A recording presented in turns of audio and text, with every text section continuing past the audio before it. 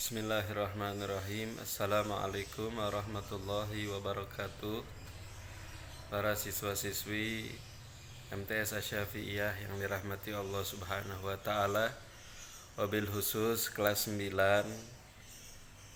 yang dirahmati Allah Subhanahu wa taala. Alhamdulillah, hari ini kita akan lanjutkan kembali pelajaran kita yang kemarin sudah sampai kepada rukun atau syarat orang yang menyembelih. Adapun syarat daripada orang yang beli adalah yang pertama harus beragama Islam. Maka orang kafir sembelihannya tidak sah. Contohnya adalah daging-daging yang diimpor dari luar negeri, dari negara-negara non-muslim, dari negara-negara kafir, seperti sapi, daging sapi dari Australia. Maka Australia adalah negara yang mayoritasnya adalah orang-orang kafir, orang-orang non-muslim. Maka apabila ada daging-daging impor dari Australia, maka hukumnya sembelihannya tidak sah. Dan kalau sembelihannya tidak sah, maka menjadi bangkai, bukan menjadi daging yang boleh dimakan, dan hukumnya haram. Begitu juga dari negara yang mayoritas non-muslim, dari Perancis, dari Amerika, kecuali apabila dari negara-negara non-muslim namun diproduksi atau dibuat oleh pengusaha-pengusaha muslim, maka itu beda lagi. Kemudian yang kedua adalah berakal sehat. Apabila orang yang mengkonsumsinya tidak berakal sehat, saya ralat, apabila orang yang menyembelihnya akalnya tidak sehat, dia gila, dia menyembelih ayam, maka ayamnya menjadi bangkai dan sembelihannya tidak sah. Begitu juga yang akalnya tidak sehat adalah orang yang sedang mabuk, orang yang sedang mengkonsumsi narkoba, orang yang sedang mengkonsumsi obat-obatan terlarang sehingga akalnya hilang, maka sembelihannya tidak sah. Dan kalau sembelihannya tidak sah, maka menjadi bangkai. Begitu juga orang yang akalnya sedang hilang adalah orang yang mengigau, orang yang tidur kemudian dia mengigau, dia menyembelih binatang, atau dia menyembelih ayam, lagi ngigau dia menyembelih binatang, maka hukumnya adalah sembelihannya tidak sah, maka dagingnya menjadi bangkai. Kemudian yang ketiga, menyembelih dengan sengaja untuk dikonsumsi dan karena Allah Subhanahu wa taala. Berbeda halnya dengan orang yang menyembelih bukan karena Allah taala. Menyembelihnya niatnya bukan hanya untuk menyembelih, untuk dimakan, bukan, tapi untuk sesajen. Maka ini hukumnya tidak sah. Dan kalau sembelihannya tidak sah, walaupun membaca bismillah, walaupun yang menyembelih orang Islam, maka hukum dagingnya menjadi bangkai dan tidak boleh dikonsumsi. Ini seperti terjadi di pesisir selatan, di laut selatan ya, di Jogja atau di daerah-daerah di selatan sana, mereka menyembelih kerbau, kemudian kepalanya dihanyutkan di laut dengan tujuan sebagai persembahan kepada dewa laut.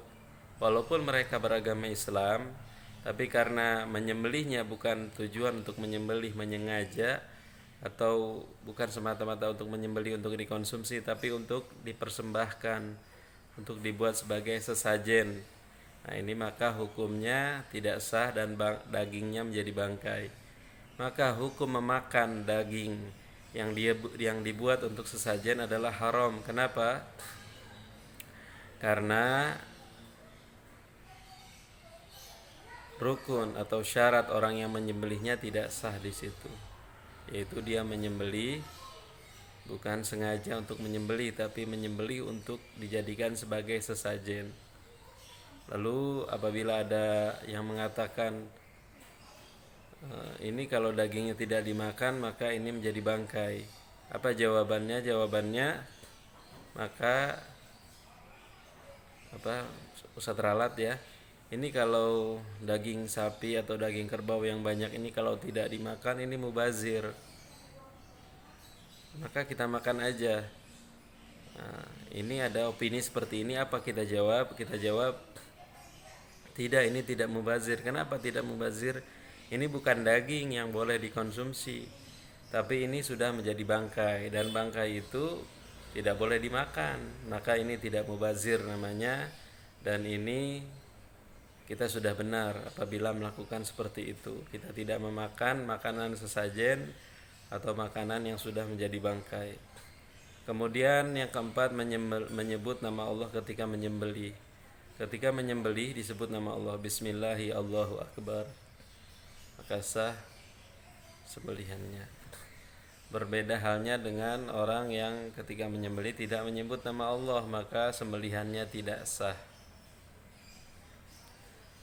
Baik, lalu bagaimana kalau menggunakan alat sembelihan dari mesin? Ya, maka operator mesin itu dia harus mendampingi ketika disembelih, dipegang lehernya atau lehernya sudah dipegang, diikat oleh mesin, oleh alat-alat. Maka ketika benda tajam atau pisaunya itu mengenai lehernya, maka operatornya atau petugasnya harus membaca Bismillahi Allahu Akbar, maka menjadi sah dagingnya itu. Apabila tidak melakukan hal tersebut maka tidak sah. Baik, selanjutnya orang yang menyembelih harus bisa melihat. Kalau dia tidak bisa melihat maka hukum sembelihannya tidak sah, maka dagingnya menjadi bangkai. Hewan yang disembelih syaratnya yang pertama adalah harus masih dalam keadaan hidup. Jadi hewan yang sudah mati maka sudah menjadi bangkai dan tidak sah disembelih. Apabila masih sekarat masih boleh. Contohnya di rel kereta api di Manggarai ada satu ayam keserempet. Begitu keserempet dia sudah kelepek sudah sekarat, langsung diambil pisau, langsung disembelih sama ini orang. Bismillah ya Allahu Akbar. Jadi dia belum mati, baru sekarat, belum mati klep gitu ya, belum mati, keburu disembelih maka sah dan boleh dimakan. Tapi kalau sekarat sudah mati, habis itu sedetik mati langsung disembelih, maka ini tidak sah dan menjadi bangkai. Kemudian yang kedua, hewan tersebut adalah hewan yang boleh dimakan, yang halal dimakan, seperti ayam, kemudian sapi, kerbau, onta, bebek, kemudian ayam kalkun. Yang tidak boleh dimakan binatang-binatang buas seperti macan, nggak boleh. Kemudian binatang yang mempunyai taring seperti harimau, ya ada taringnya. Kemudian burung yang mempunyai cakar untuk memangsa seperti burung elang, tidak sah dimakan karena hewan yang tidak boleh dimakan. Berbeda halnya dengan burung merpati, maka boleh dimakan karena dia tidak mempunyai cakar untuk memangsa. Inilah hewan-hewan yang boleh dimakan. Buaya tidak boleh dimakan. Dan masih banyak lagi hewan-hewan yang tidak boleh dimakan. Nanti silakan kamu tulis tugas, tuliskan satu jenis-jenis binatang yang halal untuk dimakan. Yang kedua, binatang-binatang yang tidak halal untuk dimakan beserta alasannya. Ya, misalnya buaya tidak boleh dimakan karena mempunyai taring dan hidup di dua alam. Nah, ini alasannya. Baik, itu tugas yang pertama dari Ustadz. Kemudian yang kedua, syarat alat yang digunakan untuk menyembelih. Yang pertama harus tajam dan tidak melukai. Maka ini bukan tidak melukai, maksudnya tidak menyakiti, ya. Karena kalau tajam ini langsung terpotong itu uratnya dan binatang tadi tidak tersakiti. Kalau kita menyakiti binatang ini hukumnya dosa, ya.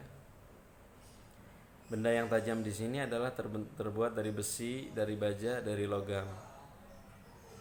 Berbeda halnya yang tidak boleh adalah terbuat dari kuku. Ini nggak boleh. Dia kukunya tajam buat menyembelih, nggak boleh. Atau terbuat dari tulang ditajamin untuk menyembelih binatang, hukumnya tidak boleh. Jadi hanya dari logam saja. Maka apabila dia menyembelih dengan tulang dan dengan kuku atau dengan giginya, giginya buat menyembelih, maka hukumnya adalah tidak sah. Dan kalau tidak sah, maka hewan tadi atau binatang tadi menjadi bangkai. Kemudian yang kedua, benda tersebut terbuat dari batu, bambu, besi, dan benda logam lainnya. Ini Ustadz ralat, ya, batu tidak boleh, ya. Kalau bambu boleh, besi boleh, benda logam lainnya boleh. Batu tidak boleh. Kemudian yang ketiga, benda tersebut tidak terbuat dari kuku dan gigi dan tulang. Ya, tadi sudah Ustadz jelaskan. Bagian tubuh yang disembelih. Binatang disembelih di lehernya dengan dipotong urat saluran pernapasan dan urat saluran makannya. Di situ ada 3 urat yang dipotong. Yang pertama adalah saluran pernapasan, ini tenggorokannya, saluran pernapasannya. Kemudian saluran makannya, tenggorokannya, dan urat saluran makan, urat pernapasan, urat nadinya, ada 3 di situ harus dipotong. Apabila tidak terpotong salah satunya, maka ini menyakiti binatang dan hukum sembelihannya tidak sah. Kalau tidak sah, dia menjadi bangkai dan haram untuk dimakan. Yang kedua, binatang yang tidak dapat disembelih di lehernya karena liar atau jatuh ke dalam lubang, menyembelihnya dilakukan di bagian mana saja dari badannya asal bisa mati. Ini pengecualian, ya. Pengecualian saja. Kondisinya tidak memungkinkan, binatangnya liar seperti sapi liar atau kerbau liar, ya, dari hutan, susah disembelih, ngamuk-ngamuk dia, maka dipotong bagian tubuh mana saja. Misalnya di kakinya karena ada urat nadinya, maka sampai darahnya habis dia mati, maka sah menyembelihnya dengan syarat dalam keadaan darurat dan dalam keadaan tidak memungkinkan. Bila dalam binatang yang disembelih terdapat janin atau anak binatang di dalamnya dalam keadaan mati dalam perut ibunya setelah induknya disembelih, maka anaknya juga halal untuk dimakan. Jadi kalau sapi di dalamnya ada anaknya, kemudian disembelih ibunya, anaknya juga mati, maka halal untuk dimakan karena dia ikut sembelihan ibunya. Karena kematiannya itu disebabkan kematian induknya yang disembelih. Lalu bagaimana kalau hidup? Kalau hidup ya sudah dibiarkan. Kalau mau dipotong, dipotong. Kalau mau dibiarkan hidup, silahkan dibiarkan hidup. Tata cara penyembelihan hewan. Yang pertama, dibaringkan hewan di sebelah kiri, memegang pisau dengan tangan kanan dan menahan kepala hewan ketika menyembelih. Dibaringkan, ditahan kepalanya agar supaya tidak bergerak, agar supaya mudah ketika menyembelihnya, dan membaca doa. Menghadapkan hewan ke arah kiblat. Jadi kita hadapkan hewan tersebut ke arah kiblat, ya. Jadi kakinya menghadap kiblat. Kemudian kakinya dua begini, ya. Ini kepalanya, ini kakinya 2. Ini yang ngadap ke kiblat begini. Ini diikat kakinya 2, ini lehernya. Ini. memotong dua urat nadi yang ada di kanan kiri leher. Ya, urat nadi yang kedua ada di kanan kiri dipotong, dan saluran makan dan pernapasan tenggorokannya dipotong juga, putus. Yang keempat, ketika akan menyembelih menyebut nama Allah, takbir yaitu Bismillahi Allahu Akbar. Wala ta'kulu mimma lam yudhkarismullahi alaih wa innahu lafisq wa inna syayatina la yuhuna ila awliyaihim liyujadilukum. Dan janganlah kamu memakan hewan yang tidak disebut nama Allah ketika menyembelihnya, sesungguhnya perbuatan tersebut adalah suatu kefasikan. Ini dalilnya hal-hal yang makruh dalam penyembelihan. Tidak boleh menyembelih dengan alat tumpul, nggak boleh. Yang kedua, urat nadi kanan kiri leher tidak putus juga nggak boleh. Kemudian menyembelih sampai putus lehernya juga nggak boleh. Sampai buntung lehernya tidak boleh, sampai urat-uratnya saja yang putus, tenggorokan yang putus. Kemudian mematahkan atau memenggal leher hewan atau mengulitinya sebelum benar-benar mati, maka ini dosa menyakiti binatang. Inilah urat yang dipotong ya. Kita lihat itu ada urat merah dan biru, itu yang dipotong. Urat-uratnya itu yang dipotong. Sudah sampai di sini pembahasan mengenai hukum menyembelih binatang secara Islam. Insyaallah di pekan depan kita akan lanjutkan mengenai hukum akikah. Saya cukupkan. Assalamualaikum warahmatullahi wabarakatuh.